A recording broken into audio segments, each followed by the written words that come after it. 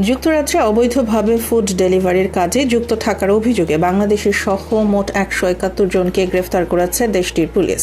British স্বরাষ্ট্র মন্ত্রণালয়ের immigration enforcement team টানা ৭ দিন ধরে বিশেষ অভিযান চালিয়ে বিভিন্ন শহর, সিটি সেন্টার ও মফস্বল এলাকায় এসব ডেলিভারি রাইডারকে আটক করে। আটক ব্যক্তিদের মধ্যে বাংলাদেশ, ভারত ও চীনের নাগরিক রয়েছেন। হোম অফিস জানায়, গ্রেফতারকৃতদের মধ্যে অন্তত ৬০ জনকে দ্রুতই নিজ দেশে ফেরত পাঠানো হবে।